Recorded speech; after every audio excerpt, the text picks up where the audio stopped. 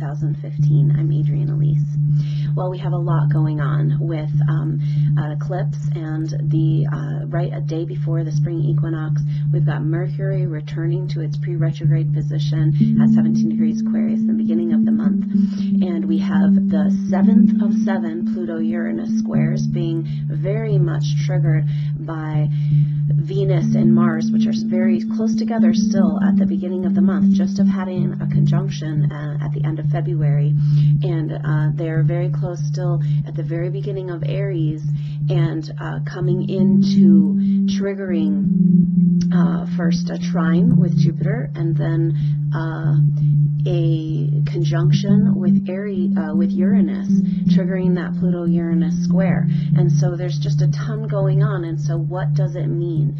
Well, there's some key themes that have come forward that have to do with this time. There's so much going on that we really are at this place of setting a course. We're learning about what it means to be a person, a human being on planet Earth in the Aquarian age. And so all these themes are coming forward in the astrology to help us understand this as we chart our course. This time that we're in is about setting our direction and moving towards a new future. And so be brave enough to let that happen. There's a lot of supportive energies to allow the changes that are being demanded of us from that Pluto-Uranus square to come into our lives and flow harmoniously, so we can kind of stay ahead of the spin and allow these changes to happen so we can move into a life that is more appropriate, more in alignment with who we really are. And this has a lot to do with this revolution of the identity that's happening because of this Pluto-Uranus square with Uranus and Aries. And Aries is the sign of the self, the identity, the beginning. And so indeed we are embarking on the beginning of who are we in this Aquarian age, in this new time. And what the stars are saying is that Uranus and Aries is saying, be like a child, have innocence, be willing to play and have fun and have joy. We need to reset. Now this is very also supported by Chiron in Pisces, and also Neptune's in Pisces. And as Mercury moves out of Aquarius at the end of the month and into Pisces, it triggers first Neptune and then Chiron. So Mercury, the messenger, has done that retrograde and told us, gotten the information. We're kind of gathering it. We're still gathering it through this month as Mercury continues to stay in Aquarius and then move into Pisces and trigger Neptune and Chiron. And now Chiron is in a very powerful placement with Pluto in Capricorn, also in that powerful square, making a yod, pointing very pointedly direction at Leo, at the Jupiter in Leo. And so really there's the messages are not kind of in the stars right now, are not like hazy or unclear. They're very definite, and this is where we need to get to. We might not know exactly where we're going in life, but we know we might want to head in a new direction, because the things that have been happening in our life, or the direction we're going, or the structures of our life aren't really supporting the truth of who we are. So this identity revolution is coming into the truth of who we really are. Now this brings up an aspect square between Saturn and Neptune, and Saturn is the builder and Neptune is the dissolver. And so we're really being asked to examine our reality and our illusions. And it's kind of a strange time, because we're having an opportunity to wake up to a lot of what we thought was real, or what we thought was really going to make us happy, or what we thought was true about the world or our personal lives, our personal beliefs. A lot of that is just getting blown out of the water with this astrology. This 7th of 7 Pluto-Uranus squares is just an epic time to be living in on the planet, and it's about revolutionary change. This revolutionary change is in ourself. It's in our identity. It's who are we as humans.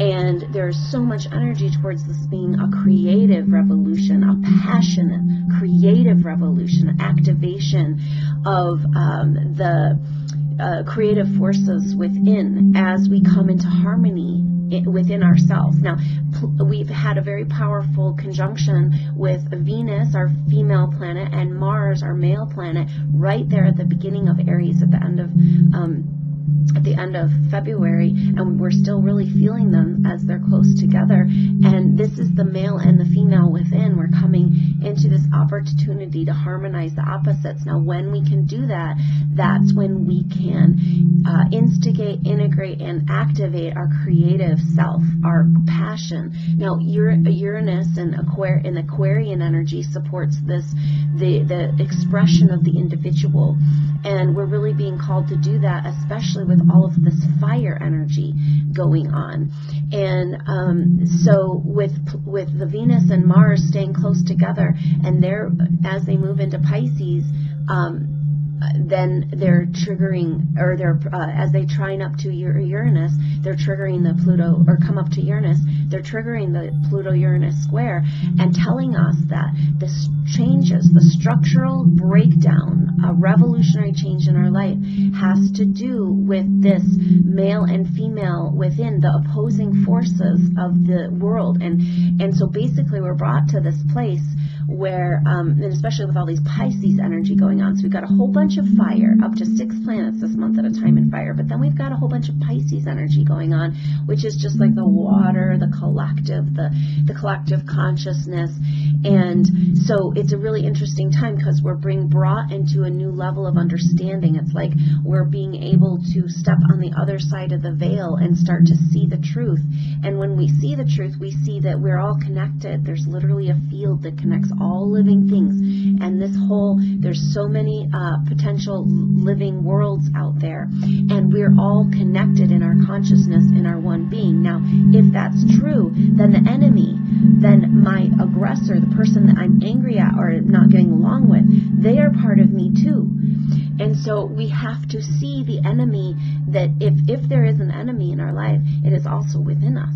And so that's where we start this work of this revolution of their identity, is in the compassionate healing, the forgiveness. Now, the powerful energy of Mercury coming up on Neptune and then Chiron, and activating that Yod, pointing to our true spiritual authority, that Jupiter in Leo that wants to express itself in its true power within, its true knowing that it's a spiritual being, that knowing that it's truth and not being scared to having the confidence to express the truth of who we really are as we're coming into this identity revolution. And so part of that expressing and becoming who we really are is healing these wounds of the past.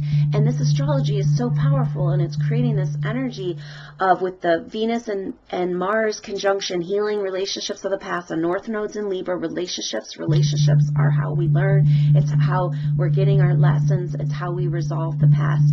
And so we're having this great opportunity to kind of rewrite the Chiron wounded healer story, and heal to the point where, when we see the oneness and we see the reason why things have been happening in our life, and we see the interconnectedness, that when we're really being assisted in this with Saturn and Sagittarius and Jupiter and Leo, these expansive energies and fire signs.